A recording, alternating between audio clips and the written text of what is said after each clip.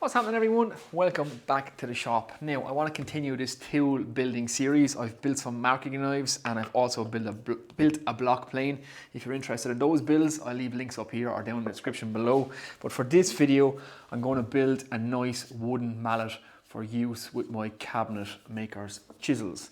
Now this is a maple and walnut mallet. It's a nice easy build, but you get yourself a really beautiful little mallet, if I do say so myself, when you're finished.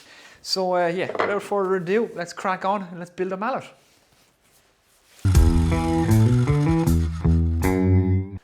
Okay guys, this is the mallet that we're going to be building. It's a laminate construction, so you can see I have maple, walnut in the center and maple on the side, and the handles are the opposite way around, so we've done a maple center and walnut either side, and we just have a wedge piece in the top. And because it's a laminate construction, it's very simple to build.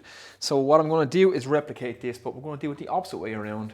So I will have walnut, maple, walnut, and maple, walnut, maple. So it's going to be the opposite way around to this hammer. There's no point in having two of the same ones, so let's build a different one. But the process is exactly the same. And what I want to use up is these wedge pieces that I have left over from one of my project builds. That's what I'm trying to burn up with all these tools. So we're going to take two of the pieces of walnut, like I say, and we put them either side of our piece of maple, and that will make up our head. Now the wedge shape design was dictated by the timber or the pieces of offcuts that I had here, but I'm quite happy with how it turned out. I like the look of it. It's almost like a bearded axe and actually works quite well. It's nicely balanced and you can use it both sides. So you have kind of a large face and a smaller face if you so desire. Because this one is going to be a little bit smaller, as you can see, my walnut pieces are actually a lot smaller than my maple pieces. So this axe is going to be slightly on a smaller scale, or this hammer I should say, or mallet. We're going to add I have a bit of scrap lead here to it, so we might actually add a bit of lead to weight this as well. So first thing we want to do is size this up, get our pieces together, get everything nicely machined up, and let's put our head together. Let's do that. Right, so these are the three pieces that I've chosen. Like I say, we're going to go walnut, maple, walnut, and the first thing I want to do is double-sided sticky tape all these things together. So we're going to machine up our block head with our three pieces stuck together, so everything is nice and even. So we're just going to use some of this double-sided tape, which gets a fantastic grip. They're really hard to pull apart once they're stuck with this stuff. It's almost like gluing them up, but we want to be able to pull them back apart, so we don't want to glue everything together just yet, and I'll explain why in a minute. So we'll just make sure everything is lined up to how we want it. Let's give that a press down.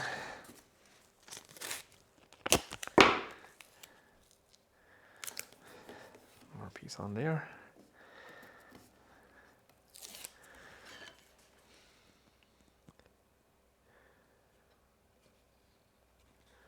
Let's line that up.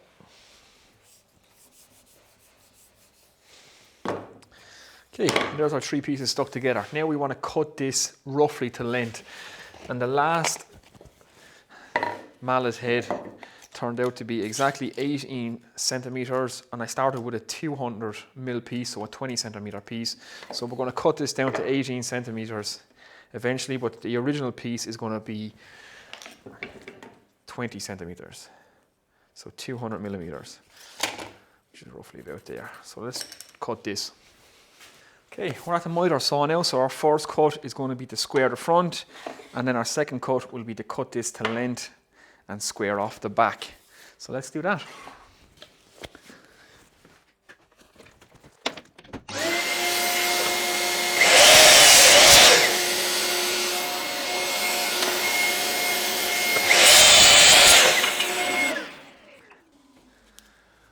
Okay, so we're squared front and back now. Now we're going to take it to the bandsaw and just flush up the maple with the two walnut pieces. Okay guys, here is basically the head for our mallet then. We're squared up and I've jointed both sides. Now I was able to run both faces or sides over the top of my jointer or my planer, depending again where you are in the world, because it's a wedge shape and these don't have to be two perfectly parallel faces. I was able to just do both sides against the square fence, and not have to worry about it taking it out of parallel, if that makes sense. Now, the shape is dictated by the waist pieces I have. Like I say, I really like how the last shape came out, but you guys, you can make it perfectly parallel. You can have it the same thickness both sides. Whatever shape you want to make for your mallet, go ahead. Obviously, you will be machining your 3 pieces exactly the same and sticking them together. I'm trying to use scrap pieces and just throw things together, just to show you how it can be done with scrap wood. So next thing we need to do is think about our handle. And because we have a laminate hammer, we don't have to knock out the mortise in the middle. We can cut that out now before we glue it together. So we can keep the thickness of our main piece of our handle the same as our center piece. So our handle is going to be made out of the same piece of maple that we used for the center of our mallet. So it's the exact same thickness. And the width of our handle is going to be the width of this piece of maple strip that I have, which is 30 mil. And I've marked that on the side of the hammer here. You probably can't see that with the pencil line on the wall. It doesn't really work out, but it's squared over the top so you can see it there. Hopefully, if the camera is focusing on it, you can see it. So the next thing we want to do now is break this apart. Good God. You can see just how good this double-sided tape gets to stick. So we take that piece off. It is our middle piece that we want to cut. So I'm going to take these lines. I'm just going to square it down. Actually, I'll try and remove this tape before I do that. There we go. Now we can square these lines down.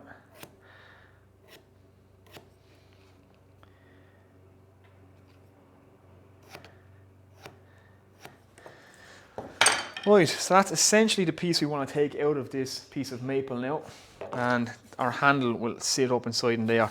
Now, we need a wedged mortise, so it needs to be wider on the top than on the bottom for when we splay that piece of our handle. When we knock the 2 wedges in it, we will wedge them out.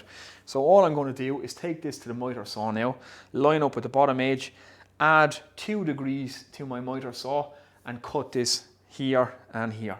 It'll all make sense. Let's go to the miter saw and do it. Okay guys, hopefully you can see where I have you set up there. So the whole idea is to take out this centerpiece like I was saying, but we want a 2-degree angle either side, so just so we create a slight wedge shape. So I'm just going to adjust my table saw. I'm going to move it just 2 notches off center, just like that. There we go. Tighten that back up. I'm going to line my saw blade now up with this inside of this mark here and cut back. So that's the plan. Let's do that.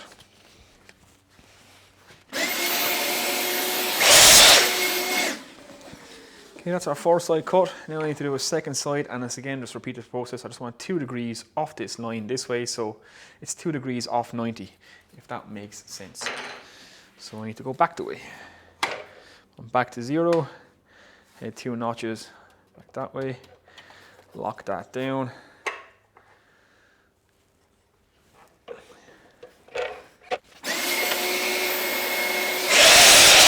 Right, just to illustrate this point further, here is one side of my mallet head with my 2 squared lines, and here is the piece of maple that's going to go in the middle with the piece cut out of it. So now you can see that I'm 2 degrees off the line this side and 2 degrees off the line on top, which just creates a little wedge shape like this. So when I put my handle in, split my handle and drive my wedge in the top, it'll just splay out the head of that handle so it can't be pulled back out. We'll be gluing it in place as well, but it's just an extra little strength feature. So that's what I'm saying, we can cut our mortise in without having to chisel in our mortise because we're making a laminate head. That piece will just sit on like that, and we have our hole in the middle for our handle. There we go. So next thing to do is glue the head up. Right, just gluing this up then guys, what we're going to actually do is glue it in 2 stages, the head of this mallet. So I'm going to glue this part first, leaving our mortise open. The reason I'm going to do that is this is a slightly smaller mallet. So I'm going to add a little bit of weight, so we're going to make this a weighted head, and it's just going to make the video that little bit more interesting as well. So we'll glue this side up, then we'll take 4 on our bits, we'll take a nice circle out of here, a smaller circle out of here, we'll cut some of the lead that I have there, put it in, and then glue this side on. So first off, let's glue this.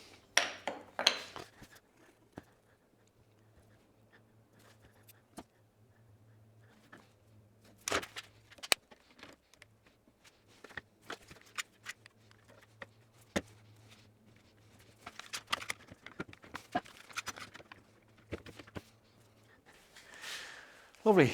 That's our head started now, so while that's drying, let's start on the handle.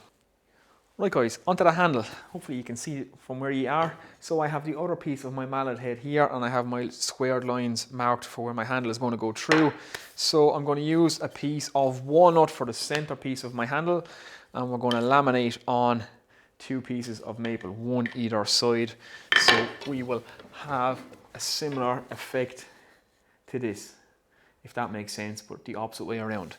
Okay, so the only thing I have to be concerned myself with now is our handle is going to be 30mm thick, which is what I have marked here on our head already. Now, my 2 laminate sides are going to stop at the end of my mallet head, just like this here, if you can see. So I have to cut the angle of the mallet head into my 2 outside strips. Otherwise, I will be left with this gap if I don't do that. So if that makes sense. So first thing we're going to do is cut 2 strips of this with this angle of the wedge in one side of each. So let's do that. Okay, so I've squared a line all the way around, and that tells me where my mallet head stops. So on both sides now, I just need to make sure that I keep the lowest point of this angle as I glue it up right on that edge. Both of those will have to sit right on the line like that, and my mallet head will stop flush on top of both of those, if that makes sense. Right, so let me glue this up now and I'll get back to you. Okay guys, I am back after the glue up. So we have 2 pieces of our mallet head glued together, and I have the handle with the 2 maple laminates either side, and I just took it to the bandsaw, trimmed everything down. So now our handle will slot straight in like that. We will split the handle, spread it, and put our wedge pieces in. So and we'll also glue it in place. So what I'm going to do, because this mallet head is slightly smaller than this guy, I'm going to add a little bit of weight to it. So depending on how heavy you like your mallets or how much weight you want in them, you can always take a bit of lead and add some weight to it. Now it's only going to be a small bit, so I've cut out roughly a couple of pieces of lead here, front and back. So I'm going to put the small ones roughly about there in the back, and some larger ones roughly about there. Again, it's only to add a small bit of weight. It's just going to make it feel a little bit nicer in hand. You can add as much lead as you think you're going to need to make your mallet feel the way you want it. This particular mallet, again, has no lead in it whatsoever, and it's plenty heavy. The wood itself is plenty heavy for what it needs to be. So this is going to be very straightforward enough. I'm just going to take a Forstner bit, and I'm going to drill into this, into our middle section.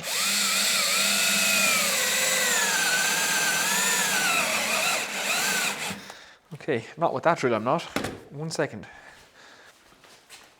Okay, back with a bit more power.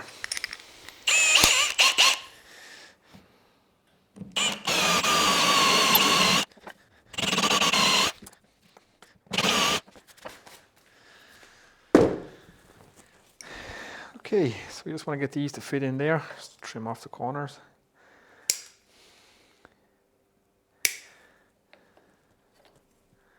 Perfect. Just get a bit of blob of a hot glue in there.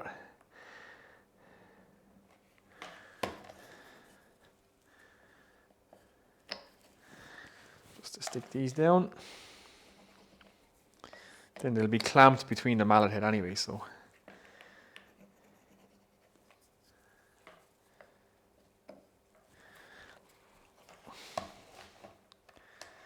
That should do for that part.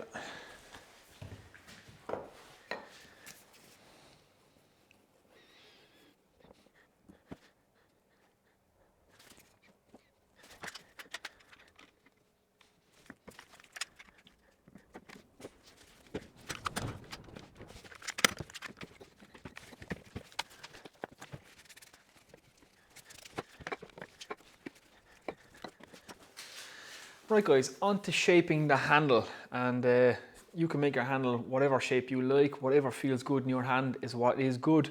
I have a slight angle on the back of, or the end of my handle here, because that was just the shape of the wedge piece of walnut that I had, so I had to just cut the maple to suit, but we can make that a feature. We'll put a nice little curve in it. We'll make a feature out of it. So all I'm going to do is, again, is the Japanese saw rasp. If you've watched my videos, you've seen me use this a million times. I'm just going to put a nice, I'm going to take this maple down to the walnut, both sides. Then I'm just going to put a nice little curve in it here, a nice little curve here, and a curve in the way here. Very much like the handle on the other hammer. So yeah, there's not much to this. Just keep shaping until it feels good in your hand. And try and keep it as, I suppose, symmetrical as you can. And there's not much more to it. Just grab your saw rasp and start removing material.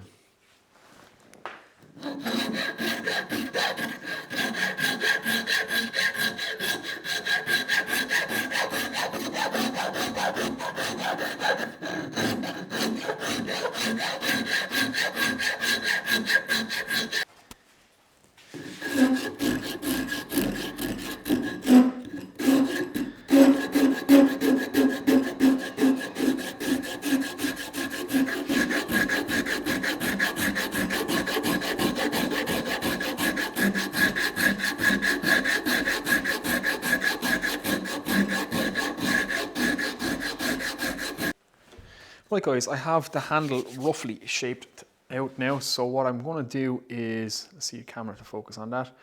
I've drawn 2 lines down, so I need to do 2 rip cuts down here now for my wedge pieces to go down. But I'm going to drill 2 4mm holes right at the bottom of the 2 of these to prevent that split going down the handle anymore. So it's just a split arrestor hole, they call it. So you just drill a hole at the end of your cuts. You cut down to that hole then, and it should stop the split when you drive that wedge from sending that split down through the whole handle. So not much to it, just 2 4mm holes right at the end where we want to do our cuts, straight through our piece.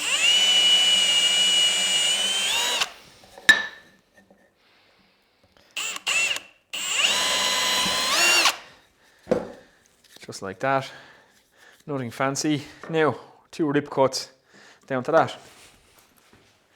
Right guys, we have our head and our handle. Now we're going to assemble the 2 of them. So that just slots in there, and it's a case of drive our wedges in, glue this whole thing up. And you can see what I meant by cutting our angle piece in our maple earlier on in the video. That goes again, that is the same angle as our head, so that you know, there's no gaps there, that's all. So glue and wedge, let's do that, and then we can put the final shape on the head of this hammer and final shape on the handle, and yeah, we're almost home.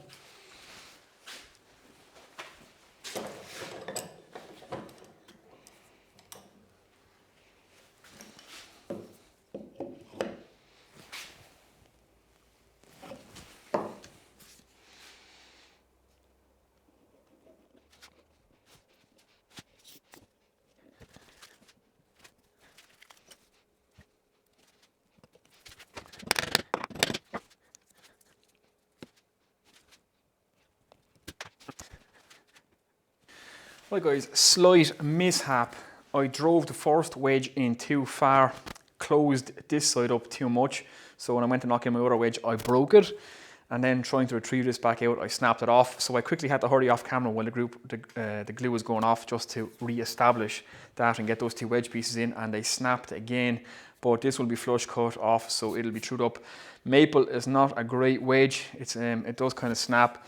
So unlike the walnut, as you can see here, where that tapped down, I got a perfect outcome with it. This one, not so much. So yeah, that's a little learning curve for me. Don't knock, you kind of have to keep your wedges going in evenly. If you hit this one in too far, you close up the other side, it makes it hard for it to get in. But yeah, this will be flush cut off anyway and sanded down, so we won't even see that. And it'll all finish nicely. So we'll let that glue set up now. Then we can cut our head into its final shape, chamfer all the edges, bit of sanding, and then finished, and we're almost home and ready. Okay, next up is to put a chamfer on every single one of the edges. I've already started here. I'm just going to use a hand plane to do it. So if you can see with this hammer, we've just nicely knocked down all the edges, put a nice little chamfer the whole way around on every single edge. It just adds a nice little detail to the hammer. So there's not much to it. Let's take our block plane.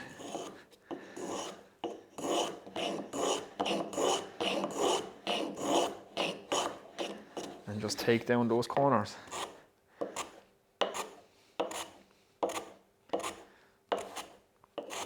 Try and get it even as you can the whole way around.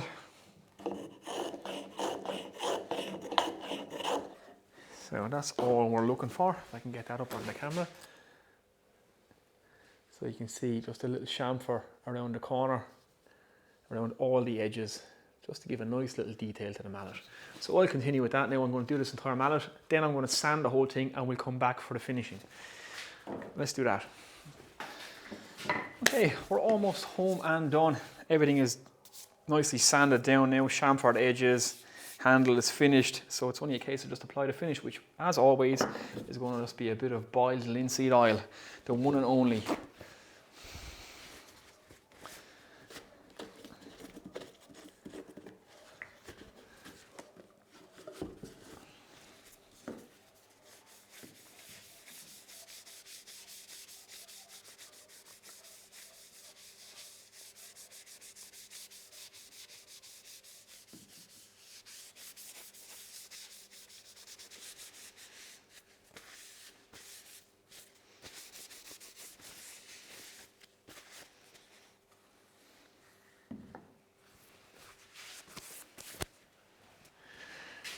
Right guys, there we go, another tool project finished. This little mallet turned out quite nice. Slight little variation in the handle here. I had to cut it off at an angle here because I made it out of a waste piece and it was wedge shaped, so I just put a little thumb grip in the back of it here, so you could use it as an extended handle if you so wish. It just feels nice and handy. You can put your thumb there and just use it. Again, it's actually now a little bit heavier than the bigger one. It feels nicely weighted because of the lead weights that I put into it. Yeah, everything else turned out nice. It's good and solid. So that's it guys, how to make two mallets. Now if you're new to this channel, think about hitting the like button and the subscribe button. I've made a bunch of tools so far. So we have these marking knives, we have a nice block plane, bench hook, shooting board, and this mini workbench. So there's great satisfaction in making your own tools, and especially when you get to use them on further projects. So that's two nice mallets guys. Now it's quite cold in this workshop tonight, so I'm going to go and have a cup of tea. I'll catch you in the next one guys, take it easy.